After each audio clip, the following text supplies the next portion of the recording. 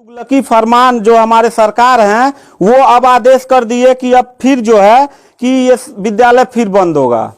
माननीय योगी आदित्यनाथ महाराज जी, मैं आपसे पूछना चाहता हूं कि आप बच्चों के भविष्य के साथ और जो प्राइवेट अध्यापक विद्यालय में पढ़ा के अपनी रोजी रोटी कमा खा रहे हैं उनके पेट पे लात क्यों मार रहे हैं? इन बच्चों के भविष्य के साथ खिलवाड़ क्यों कर रहे हैं?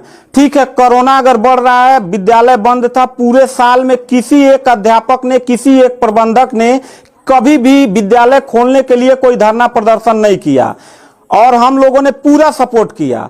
लेकिन बीच में अगर कोरोना फैल रहा है तो मैं आपसे पूछना चाहूंगा कि जब गोरखपुर महोत्सव आप करा रहे थे तब कोरोना फैल नहीं रहा था। जब आप आके यहाँ पे इलाहाबाद के प्रयागराज में कुंभ का मेला लगवा रहे थे तब कोरोना नहीं फैल रहा था, जहां पे करोड़ों लोग स्नान करने गए। और अभी हरिद्वार में महाकुंभ का आयोजन आप करवा रहे हैं तब कोरोना नहीं फैल रहा है। बिहार में चुनाव हो रहा है तब कोरोना नहीं फैल रहा है। और विद्यालय जो बच्चों का सबसे देश की रीढ़ की हड्डी होते हैं, जिनकी बुनियादी शिक्षा, प्रारंभिक शिक्षा आप बिल्कुल बर्बाद कर दिए हैं पिछले 2 साल से, और अब जाके फिर लॉकडाउन आप लगा रहे हैं।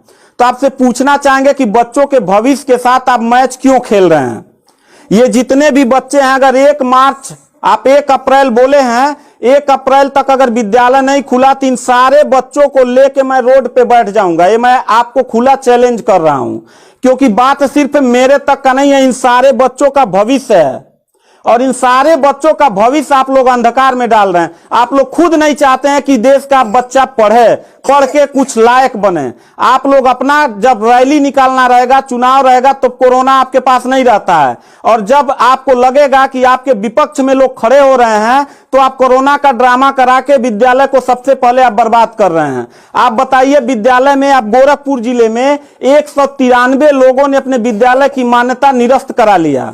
जानते हैं क्यों? महंत योगी आदित्यनाथ जी, क्योंकि वो लीज पे चलाते थे और उनका भाड़ा हुआ करता था 40,000 45,000 रुपया मंथली हुआ करता था।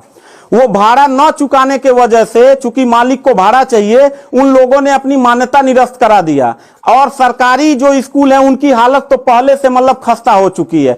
तो ऐसे कंडीशन में गार्जियन करे तो क्या करे और हम अध्यापक करे तो क्या करें? ये जितने भी 16-17 स्टाफ हैं, इन सब लोगों की रोजी रोटी चलती है इन बच्चों के और इस विद्यालय के संस्था से। आप लोग हमारे पेट पे प्रहार कर रहे हैं, हम लोगों के व्यवसाय से प्रहार कर रहे हैं।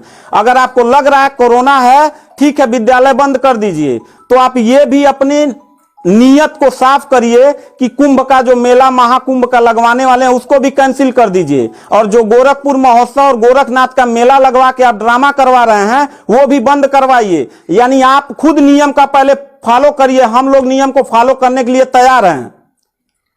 अगर लास्ट में जाते जाते यही कहेंगे, इन बच्चों को, चेहरों को देखिए, इनके माता पिता ने सारे बच्चों का, किनका मोबाइल बज रहा है, साइलेंट कर लीजिएगा सर। इन सब बच्चों के माता पिता ने, बच्चों कितने लोगों ने आप किताब कापी अपना सारा कंप्लीट कर लिए हो? पता है, एक एक बच्चों की किताब कापी 2-2 हजार रुपए की आती है। आप फिर लॉकडाउन लगा दिए, इनकी पूरी पढ़ाई बर्बाद हो गई। अब यानी आपने 1 हफ्ते का लगाया है, आपकी नीयत पे तो मुझे 100% विश्वास है ही नहीं है कि आप करोगे क्या। आप पूरे साल पढ़ाई बर्बाद करोगे। हाथ नीचे करिए। अब ये बच्चे करेंगे क्या? किताब लेकिन इनके गार्जियन करेंगे क्या? हम लोगों ने पूरा कोऑपरेट किया सरकार को। जितना दिन लॉकडाउन लगा था उतना दिन का मैंने पूरे सभी विद्यालय के लोगों ने शुल्क माफ कर दिया, क्योंकि गार्जियन के ऊपर कोई लोड न पड़े।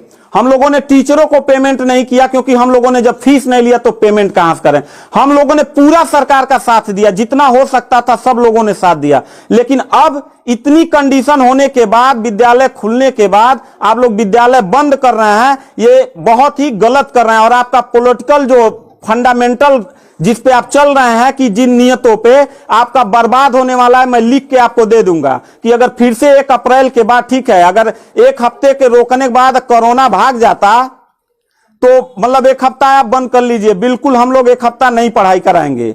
लेकिन अगर फिर साल भर का ड्रामा आपने किया तो निश्चित तौर पे याद रखिएगा कि तानाशाही उतना ही अच्छा लगता है जितना तानाशाह के अंत होने का समय ज्यादा दूर हो और आपका समय बिल्कुल नजदीक आ गया है। तो मैं उम्मीद करता हूं कि आप ये काम बिल्कुल मत करिएगा। 1 अप्रैल के बाद अगर विद्यालय फिर से आप बढ़ाएंगे तो इन सब चेहरों को देख लीजिए और इनके गार्जियन को लेके, अपने पूरे स्टाफ को लेके जिले से लेके मैं प्रदेश लेवल तक धरने पे बैठूंगा। इस बात को याद रखिएगा, क्योंकि सवाल यहां सिर्फ मेरे रोजगार का नहीं है, मेरे जितने सहपाठी और जितने मेरे कर्मचारी लोग हैं और इन बच्चों के पढ़ाई का भविष्य का सवाल है।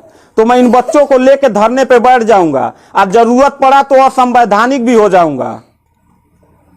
इसी के साथ मैं सरकार से रिक्वेस्ट करूंगा कि अगर 1 हफ्ता में बंद करने से कोरोना भाग जाता है तो हम सब लोग आपके साथ हैं। अगर नहीं भागता है तो 1 अप्रैल से छोड़ दीजिए। हम लोगों को कोरोना होगा, मरेंगे, क्या करेंगे वो हम लोगों की रिस्पांसिबिलिटी है। आपको इतना चिंता करने की जरूरत नहीं है, क्योंकि कोरोना में लॉकडाउन लगाने के बाद खाना हम ही लोग पहुंचाएंगे, लोगों के आने जाने की व्यवस्था हम ही लोग करेंगे, उनके दवा दारू की व्यवस्था हम ही लोग करेंगे। आप सिर्फ ड्रामा करेंगे, सिर्फ थरिया पिटवाएंगे और मोमबत्ती जलवाएंगे, इससे ज्यादा तो आपकी कुछ औकात है ही नहीं है। तो मैं उम्मीद करता हूं कि 1 अप्रैल के बाद आप विद्यालय खोल दीजिएगा। इन बच्चों के भविष्य के साथ आप लोग खिलवाड़ मत करिएगा।